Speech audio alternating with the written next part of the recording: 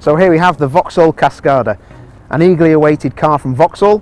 It's a full 4-seater convertible, and it's the first time Vauxhall have done this since the 1930s. A lot of things expected of this car. It's going head to head with the likes of BMW and Audi, and it's going to be interesting to see how the car gets on. A lot of premium and advanced technologies, a fancy roof, so let's go and have a look inside and see what they've given us.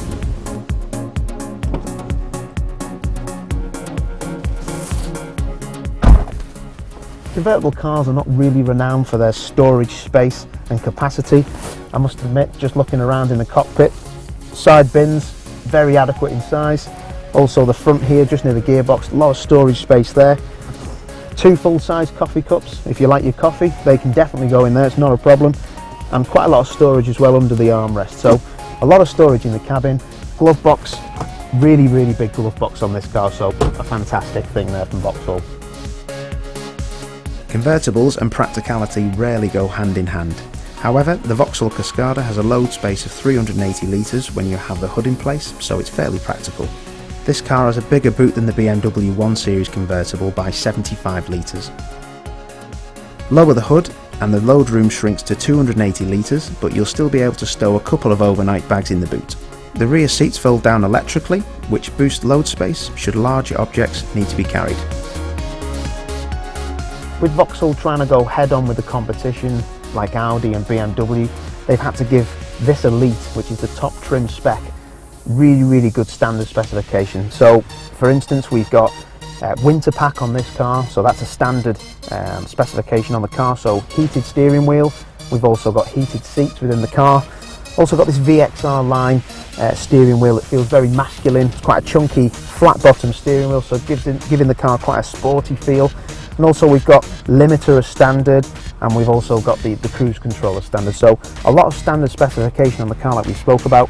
And also we've got here, this is a Navi 600, so a big screen for the navigation, but the car will come standard with what's called CD 400, which is obviously just a DAB and also a CD player. So really good spec.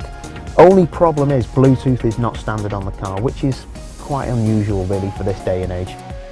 Sitting in Cascada's cockpit, it really does give you that premium feel, full stop. From the seats, so we've got ergonomic sport seats in the car that are standard on Elite, so electric lumbar support, and you've just got the nice feel.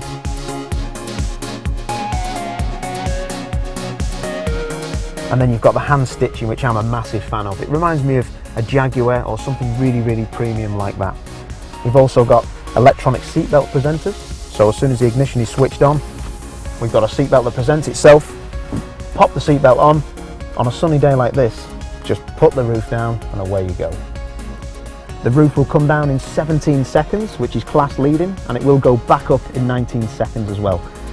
Coupled with a 30-mile-an-hour limit, so the car will operate the roof at 30 miles an hour or below. Absolutely brilliant. That's exactly what you want for our UK weather. Obviously you never know when a shower is going to hit us. So without further ado, I think we should go and have a look at the car, see how it drives with the roof down.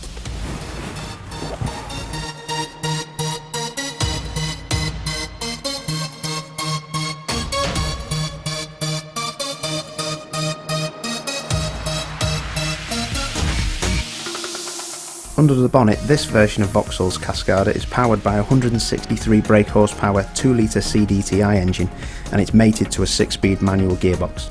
In addition to this, the petrol engine lineup is a 1.4 turbo 140 PS and also a 1.6 turbo engine with 170 PS. The engine in this car is a 2-litre diesel, 163 horsepower. It's got good torque, around about 350 Newton meters. It's a good engine. The car, it generally does feel quite heavy. You don't have much cabin scuttle, which you will get with some cabriolets. In general, it does feel very good. High speed handling of an enthusiastic driver. It's not like a VXR Astra or a VXR Insignia. I would say it just feels a bit heavy and soft.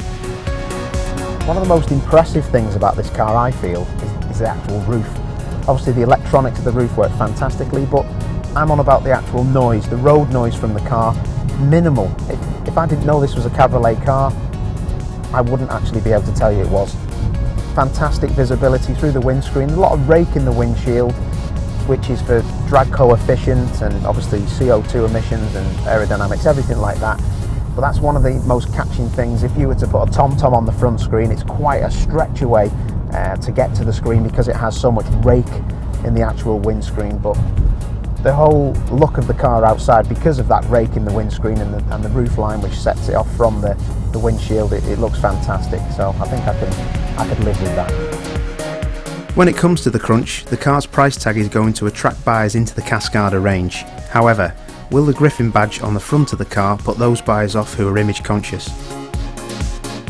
To find out more about the design of the car, we caught up with one of GM's chief designers at a recent motor show. We wanted to do something a little bit different, and with the Cascada we wanted to do something very special. We wanted to do really a classic, beautiful cabriolet. We didn't go with a hard roof, we went with a soft roof for that reason. A beautifully proportioned car that had aspirational values, premium values, and a wonderful, wonderful roof system.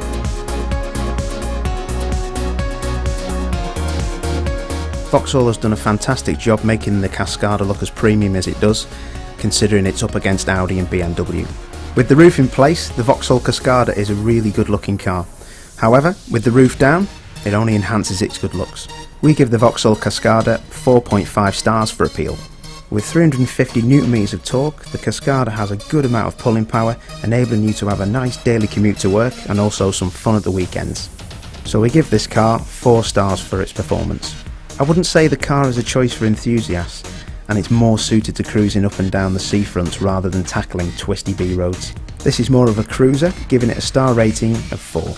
It takes 17 seconds for the roof to be folded away and can be operated at speeds of up to 30 miles an hour, handy in the event of any sudden rain shower. We give the car 4.5 stars for its practicality. The car's price tag is more in line with medium-sized hatchbacks rather than premium convertibles, and this is what Vauxhall hopes will be Cascada's strength.